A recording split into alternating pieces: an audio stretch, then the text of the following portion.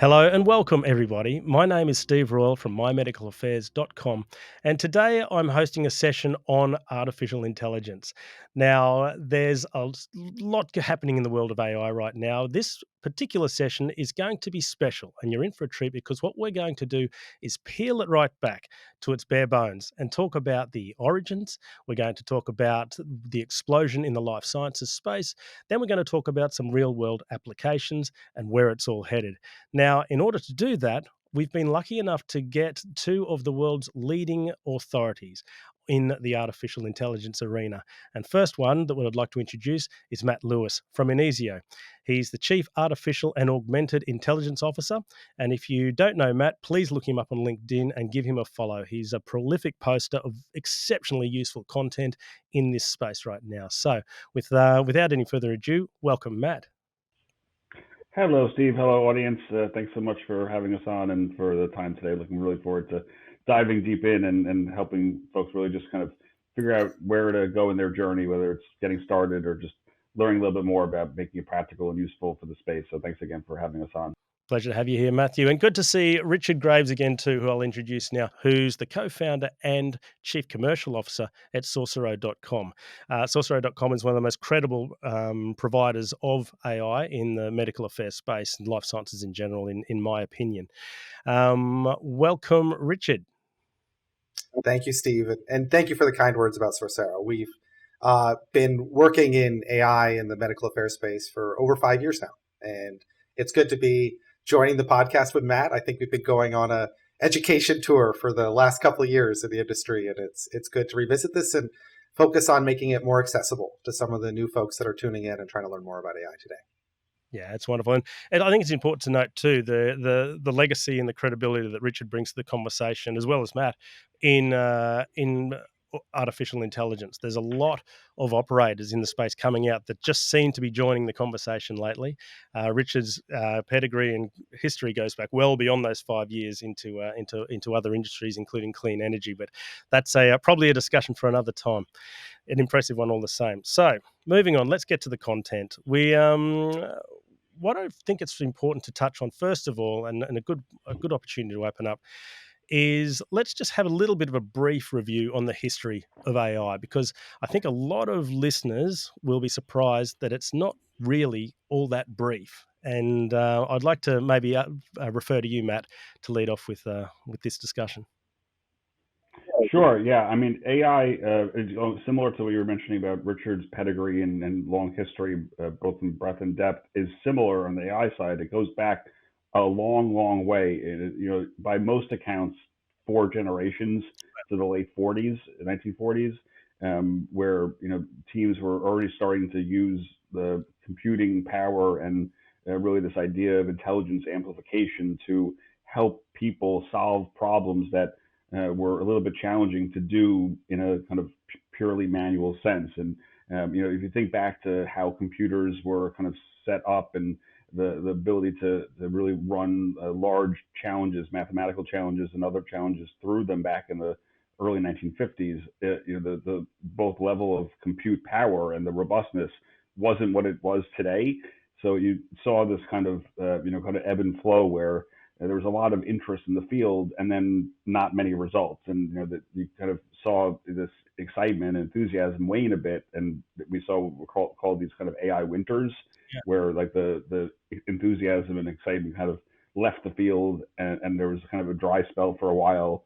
Then there was more interest and excitement again that happened towards like the late 70s, early 80s, and then again a kind of period of kind of hiatus, if you will, and then more recently, again in the early 2010s, a lot of excitement and interest, and I don't really see that slowing down. So there has been a period of increased interest and attention over really a couple of generations, and with it a very wide corpus of academic research about how AI works, if you will, and how it works well with people. So it's not like we're just figuring this out kind of as we go over the last year.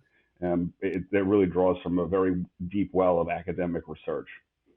Yeah, it's totally interesting for me. Even like people are surprised to learn that predictive text and Google giving you suggested copy is a form of AI. They've been using it without knowing it for quite some time. So I can't speak for other industries. I'm very much got the blinkers on when it comes to life sciences, but without doubt, there seems to just be an explosion of AI that was fed into by ChatGPT 12 months ago.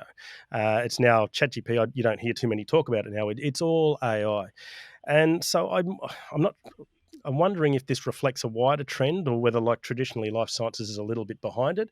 But what is behind this explosion in life sciences right now with AI, and is the hype kind of justified? And what's happening right now?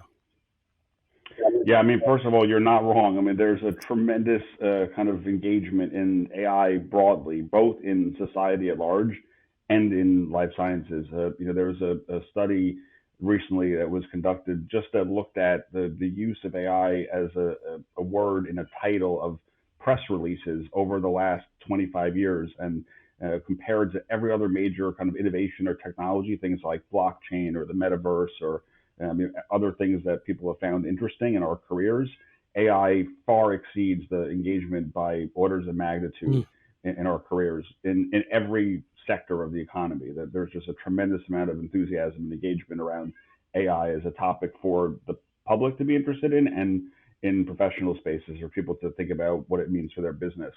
I mean, I think there is a lot of consideration as to kind of the balance between what's kind of hype and what's yeah. reality.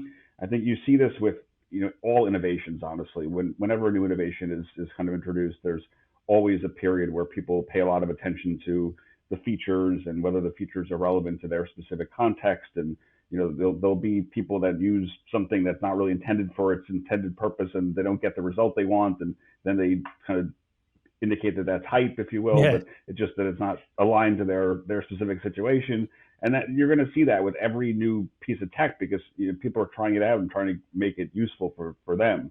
But there are people in this space, in the AI space, that will actually say that AI is underhyped, that it's actually not overhyped, that it's underhyped, and that there are many leading thinkers on this, like Bill Gates and others out in the world, that'll say that generative AI is at the same level as impact for human society, for human civilization, as like the printing press or electricity or the wheel or fire. Mm, And that when we look back at the introduction of generative AI, that it will have had just as much impact and meaning on our lives as those types of innovations for society. So if you think about, like, yeah, it's in the New York Times, it's in the Wall Street Journal, it's in Instagram feeds a little bit more than I was expecting it to yep. be, compared to the introduction of what the wheel would look like if someone just discovered the wheel in 2024, how popular that would Yep. be.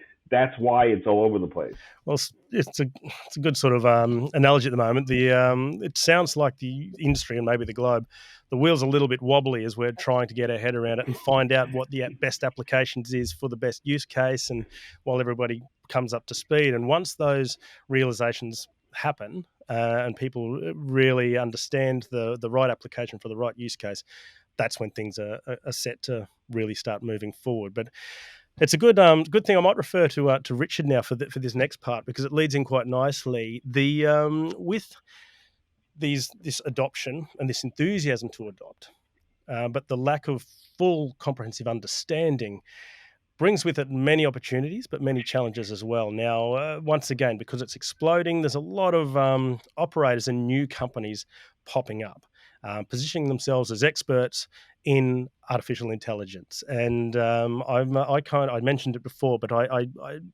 kind of relate it slightly to what was the .com bubble back in the day. All of a sudden, every website was worth heaps of money, and the .coms were everywhere.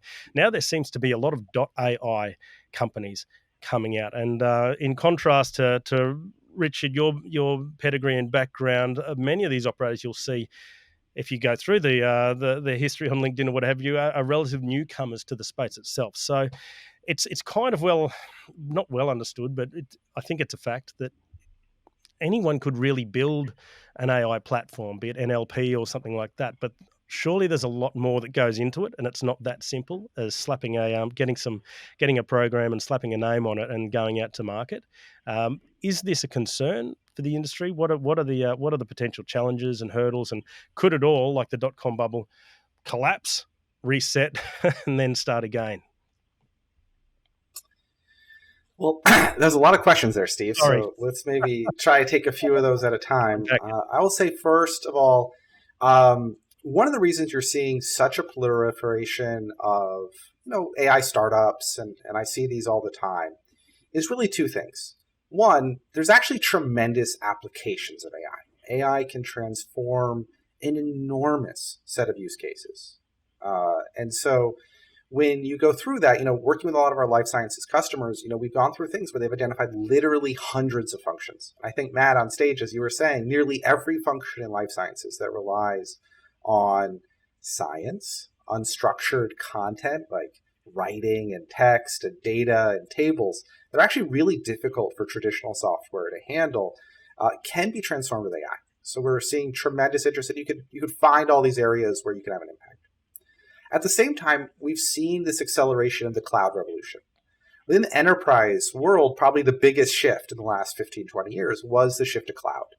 Life sciences used to all be on premise, used to maintain their own server farms. They still do in a lot of cases, but increasingly they're relying on, the what are now mainstay software solutions like Viva and things like Google Cloud or AWS. What that's meant is these AI solutions are also now accessible via APIs. So it's very easy for someone to just call an API and bolt it on to a simple software application and flow. Now, that's a good way to get started. It's a good way to do a prototype. It's a really bad way to serve a global life sciences company that's regulated around the world and has enormous regulatory obligations around how it applies AI and how it's production grade and how it's provisioned and all those things. So we're seeing, I think, more pilots in the airline. The joke is more pilots in AI and life sciences than the airline industry. But the ones that actually get to production scale and deliver value are still relatively few and far between. And often it's required the engagement of a major cloud provider who's often providing that enterprise environment for a large company that can operate globally and at scale and credibly. And a company that's really built a scalable software and AI platform. Sorcero has one for medical affairs. We do all those things, but we're also seeing that in other parts of the life sciences stack, whether it's Causally over there. I think Matt was an early customer over there, and some great platforms like that. Yeah, I think it'd be useful because this is a real life situation. I'm a medical manager or a medical advisor for a large or small pharmaceutical company. I've got somebody coming in to talk to me about an AI solution that they just can't do without, that's going to make their world so much better outcomes in a much faster amount of time. How do I know this is somebody with serious gravitas in terms of their ability and their company's pedigree in the industry, against somebody who's just starting out and new, and they've got a great idea, but it may not be that fleshed out technically? How do you have that conversation? How do you assess, and what happens? So look, there's a variety of ways to do that. We see a lot of companies that claim to be AI that don't have any AI scientists. They don't have AI engineers. They don't have ML ops. They don't have folks who've worked in this field for a long time, and that is needed. We often talk about our AI faculty at Sorcero that works on this. My co-founder, Walter Bender, was actually one of the original inventors of the applications of AI to media. When he co-founded an institution called MIT Media Lab and shared an office and worked very closely with Marvin Minsky for many years, working in that early days of late AI winter and then new innovations and many turns around that. And that really informed our process. Right, we have a majority of the team at Sorcero are people with experience in AI technology, AI applications, and building it production grade.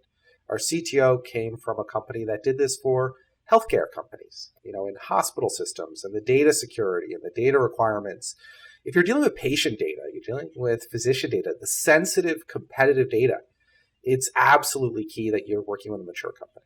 Yeah, I and a company that has that. Okay, so a little bit of background research in terms of the experience, not only in with the science, but also the industry, and the longevity is probably a good sign to be looking at.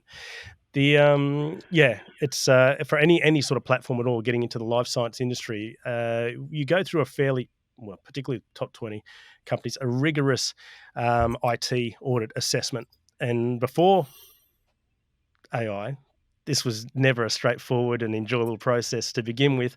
What's it like now? Is the internal function within pharmaceutical companies to review the actual usefulness and professional and security of all these platforms? Has that followed the advancements in AI? Does Pharma have the ability to stay on top of it and ensure that these are robust, compliant vehicles or programs? I would say that the CTOs and CIOs of pharma are very sophisticated. And pharma actually has been using AI for years. It's just typically been in drug discovery. They've been early adopters and large investors in doing this, often early stage R&D, protein modeling, molecules and both small molecules and biologics. They've been involved in that space. And the people on that side of the AI continuum are actually very sophisticated. And so I think there is that. To use it in the rest of the chain, medical, commercial, safety, pharmacovigilance, there's a lot of lag. There's a lot of people who need to learn about the software, need to learn about the outcomes, learn about the transformative effects. And then they need to call on IT to really help them with that. Yeah. When you go through these IT processes, they are older. You still answer a lot of questions that's designed for an on-prem solution based on previous software. Like, are your cabinets segregated from your other cabinets? And you're like, it's all cloud, guys. But it's not that the IT orgs aren't sophisticated. They're savvy. And a lot of people are trying to do an end run around them. But actually, they have a really important job. And their job is to retain the security and safety of some of the most important health information and innovation in the world. So we have to respect that. But we do need people in medical and other spaces to be more educated about how to buy software, how to buy solutions, and how to align with the new ways that enterprises are often getting these through cloud marketplaces. They're getting them through these ways, and also to know where the ROI is. And I think, Matt, you're spending a lot of time with customers on that. I know. Yeah. I mean, those are all excellent points, and it is a maturation, I think, across the whole space, almost like all at once. And I think even, Steve, the question that you posed is like a recognition that things have shifted really dramatically, honestly, over the last year plus, from where they were even just 3 years ago, 5 years ago, 10 years ago in some respects. Because to go into any major, life sciences organization, biotech, especially pharma, large pharma, and have a medical manager say, hey, I have a AI anything that can solve anything, and then have someone initiate a process for review would have been, a extreme anomalous situation. Would just not happen. Either they wouldn't know that the thing they're trying to solve for could be done by AI, which was often the case, or that what was actually being delivered had AI in it, which was almost always the case. But now, AI is conspicuous. So like what you had said does actually happen quite often, but years ago, even 2 years ago, 4 years ago, it almost never did, because most people in those roles didn't really think of AI as being transformative. They saw it as like a tactic, if you will, like something to do when they had some extra money lying around, if you will. Now it's like really part of the business. The other part that I think is really relevant that we're seeing a lot is that in order to get into the types of conversations that Richard was just describing, where you're talking about, which cloud environment makes sense and what is your ecosystem and what partners are appropriate to stand up and all the rest, which is crucial and critical and really important. Many organizations, to get there, have to kind of do a little soul searching, if you will. They have to think about, for their organization, what are those kind of high priority use cases, those targets that align with their kind of time in the sun, so to speak, like what they're up to right now, and what's going to be important for them in 2024. And that's going to be different for every company. And I think that's one thing I think that a lot of people that aren't close to AI don't realize. It's not like, AI is like a literally a one size fits all thing that, like, if it works for Pfizer, it's going to do exactly the same thing for, a biotech that's been around for a month after going public. It's not like that. Like, the way that it works for the biggest company in the world is going to be very different than the way it works for a very different company, because the strategic priorities of one company could be completely different from another organization. They could be focused around things like efficiency, or focused around engagement, or employee satisfaction, or retention. Whereas another organization might be thinking about, how do we get a molecule from clinical research and speed it to commercial introduction. And if that's the priority, then how they're going to use AI and the types of AI they leverage are going to be wildly different. And as a result, then the use cases that they stand up are going to be completely specific to those priorities. And getting from that consideration of kind of what they need to do to how they kind of solve against that often is like the preamble that leads them to being able to have the conversation that Richard just described, where they then think, okay, well, we really need to do this now. How do we do it? Who do we do it with? And how do we make sure it's successful? But to go straight into the kind of IT conversation where they don't even know what problem they're solving Yeah. for often becomes its own kind of challenge. I imagine it's quite a common challenge, a common issue.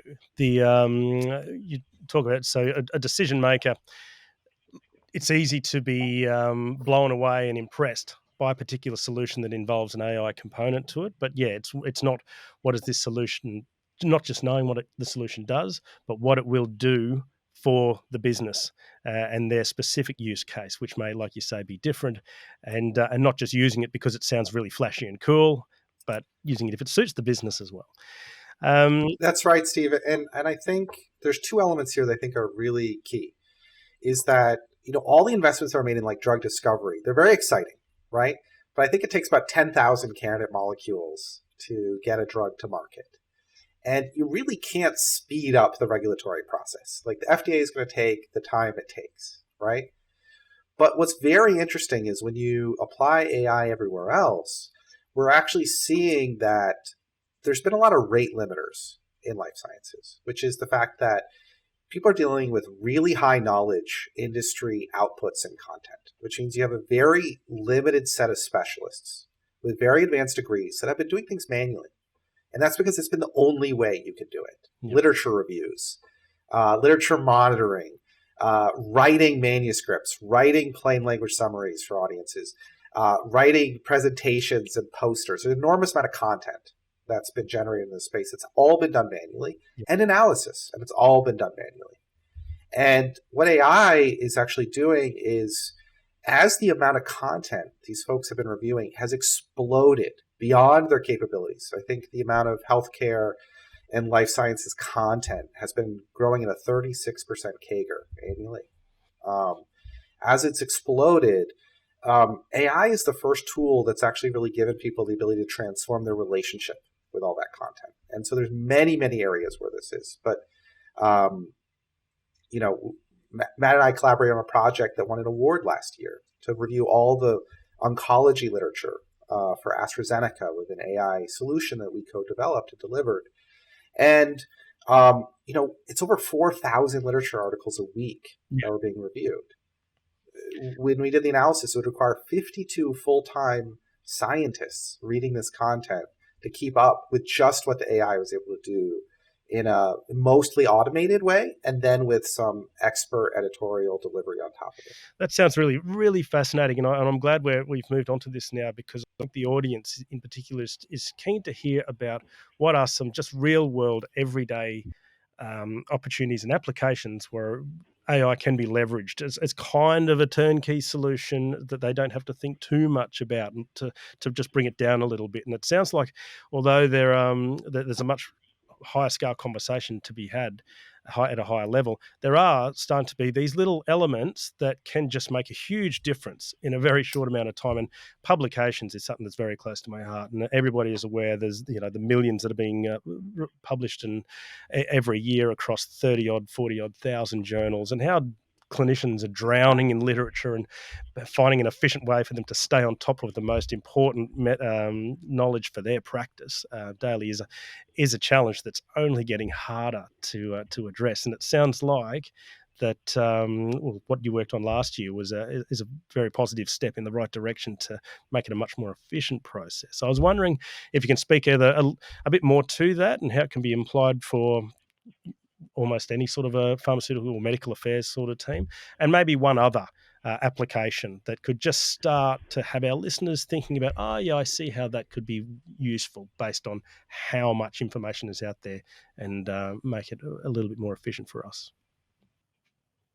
Yeah, I could start if that's helpful, Please. Richard. The solution that Richard was just mentioning falls into what we call intelligent literature monitoring. I mean, I think every team that's out there doing any type of scientific communications or publications across all of medical affairs does this. They may not call it this, they may not call it, say, intelligent literature monitoring, but they do some type of surveillance, some type of landscape analysis, some type of regular monitoring of the space, if you will. I mean, when I still ran publication shops, which I did before I started our analytics practice and then became chief AI officer, we used to do this slowly, manually, for all the teams we supported, but it wasn't very efficient. And, we hoped that we were capturing the right information to inform practice, but, there's only so many hours in the day, and, people get tired in the afternoon after coffee, et cetera, before coffee, after meals, et cetera. So it's thinking about how do we optimize the process using technology really as a way to amplify consideration. So when we work with Sorcero to kind of put this in practice, what comes out the back end, if you will, is a solution that doesn't have to make those kind of sacrifices or compromises. So, in order to stand up this type of solution, which has been implemented with a number of different clients, the prize that Richard mentioned was one with AstraZeneca, but we've implemented it with Moderna, with Coherus, with other organizations. It does allow to really kind of widen the aperture fully across the entire history of the therapeutic space that's being considered. Yep. When you do these types of projects, you have to make some choices usually manually. Like, are you going to only go back 2 years? You're going to go into only full text, only the authors that you know about right now. And most of those are resource considerations. You don't have the time and the money to do everything. But when you're leveraging it from a machine learning AI standpoint, a lot of those kind of human-led considerations kind of fall away, and you can capture and ingest a much wider corpus. Yeah. And as a result, really see everything. And then when the content is analyzed and it comes through into a portal, a dashboard that we make available for the user, they're seeing really kind of what's useful to be able to make the decisions about how to action against it. So Richard's team is able to use AI to summarize the articles that come through using AI, so that instead of having to read a full article on a topic that might be of interest to a particular group, they see a quick little sketch, like a signpost essentially, of that article. Wow. And then decide, hey, is this something I really want to read and dip into? Or am I going to go to the next thing before I get back to the other parts of my job that actually, am being paid for? So it makes it really practical and relevant when, if you're only going to get, 5 minutes to spend on it, those 5 minutes are really going to be optimal. Sounds like a much more efficient use of time, and being able to then take a deeper dive once they get the summary is a much more clever way to go about it. So, really brilliant use case there. Something that's trending not quite as much as AI, though, in particularly the medical affairs space, is patient centricity or patient support. There's a real renewed focus and enthusiasm to listen to the voice of the patient now across most brands, most specialist-led brands. Richard, is there a kind of a sort of an approach or a solution that's been developed in this space that you could maybe speak to just quickly?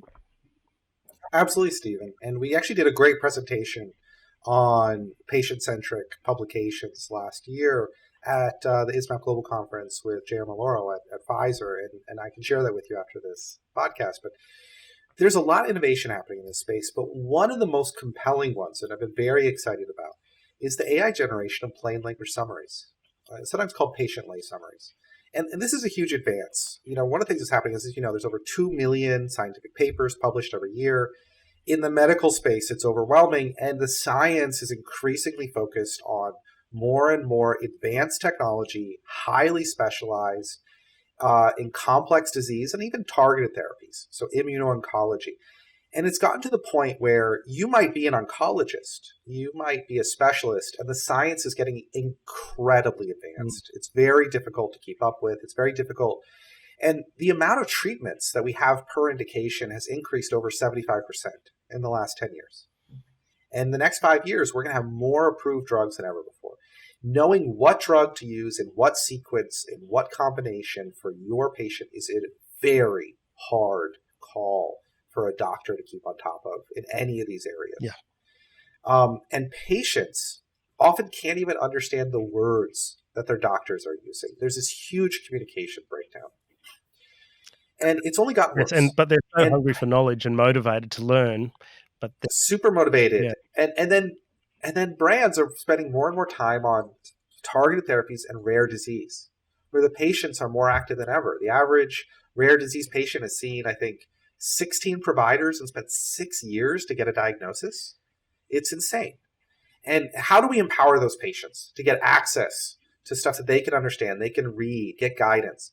Well, the best solution we found is AI-generated plain language summaries. The data on this that's coming out is extraordinary, in that basically AI, when harnessed in a tuned manner with appropriate controls to manage all the hallucinations and ground it in the citations and the data, is generating content that is significantly better than this current state of the art in plain language summaries. We just released some research on this, that the average plain language summary written today is only readable by about 14% or less of the population. We just released research that's showing that the AI-written PLSs can actually be read and understood by 84% of the population, a 600% lift in readability, and is judged better on every single area of we did a comprehensive reading assessment score, 11 points system. It's including on empathy and understanding, which means that this is really bridging the gap between this literature and the patient. So not just more average Joe type information that's easily consumable, but also employing an element of empathy involved, which is just so important and something that a lot of healthcare practitioners themselves train hard to learn and be more proficient at. That sounds incredible. It sounds like every brand should be really looking into that by the sounds of things, if there is a focus on supporting patients. Gentlemen, I think the research is compelling. Yeah, we promised ourselves we'd try and keep this to 30 minutes to not overwhelm and bamboozle our audience. I think we've done a pretty good job. We've just ticked over. However, there was a few more things to address. We could talk all day. I will say to the listeners, if you do have any more questions or you want to learn a little bit more about what's been discussed today, be it solutions or what have you, please reach out to Richard and or Matt on LinkedIn. They're very active, very responsive, and happy to be involved in a conversation. But finally, before we go, it's the question when it comes to AI on everybody's lips, and that is, where are we going to be in 5 years? Will we have jobs? Will we all be on some, looking somewhere else? Who's going to thrive? Who's going to be left behind? Can we speak for a couple of minutes on this one before we sign off? Yeah, I'm going to have to kind of default to both the Inizio disposition here as well as the ISMAP disposition, which is that organizations and professionals in medical affairs that work with and augment their practice using AI will likely be more competitive and effective than those that don't. So when you kind of fast forward 3, 5, 8 years into an environment where people continue to upgrade their skill set, their mindset, and their tool set with AI, those are the people most likely in the near and far future that will continue to thrive. I had a chat, I'm not joking, like 10 days ago with a small medcoms firm in New Zealand that's less than 5 people. And they were chatting with me about how do they use generative AI in their business to kind of stay competitive, just as much as talking to a global multinational pharmaceutical company with over 50,000 employees trying to do the same thing. And if those ends of the spectrum are equally trying to solve against the same challenge, this is a fair consideration. Kind of adopting this disposition will kind of set people apart. I don't think it's a like a winner take all consideration that we'll see like mass unemployment in life sciences, but the people that kind of think about doing that, experiment, that get some experience under their belt and kind of think about how it'll help their jobs will probably be more effective in those roles as things kind of evolve forward in the days to come. That's right, Steve. I would say that think about it as kind of what happened a generation ago. When PCs hit the workplace, everyone was like, oh, are we all going to be automated away? Is this all going to be gone? Are computers going to replace us? No. Computers became our primary tools and allowed us to do so much more. Now, you don't have a dedicated typing pool anymore. You don't have it so that people just have stenographers and you just talk at them and they write your things for you on a typewriter. That is going away. And I think what that means is in life sciences, the purely manual workflows where you've been gated on time, people, and materials to do really important things, that is going to change. People are going to adopt this technology. They are going to be able to do more, actually go through all the data, not 10% of it. They're going to actually get insights in real time. They're not going to wait 9 months and think that's okay. They're going to generate new types of content, and not for 5% of content, but 100%, because it's important.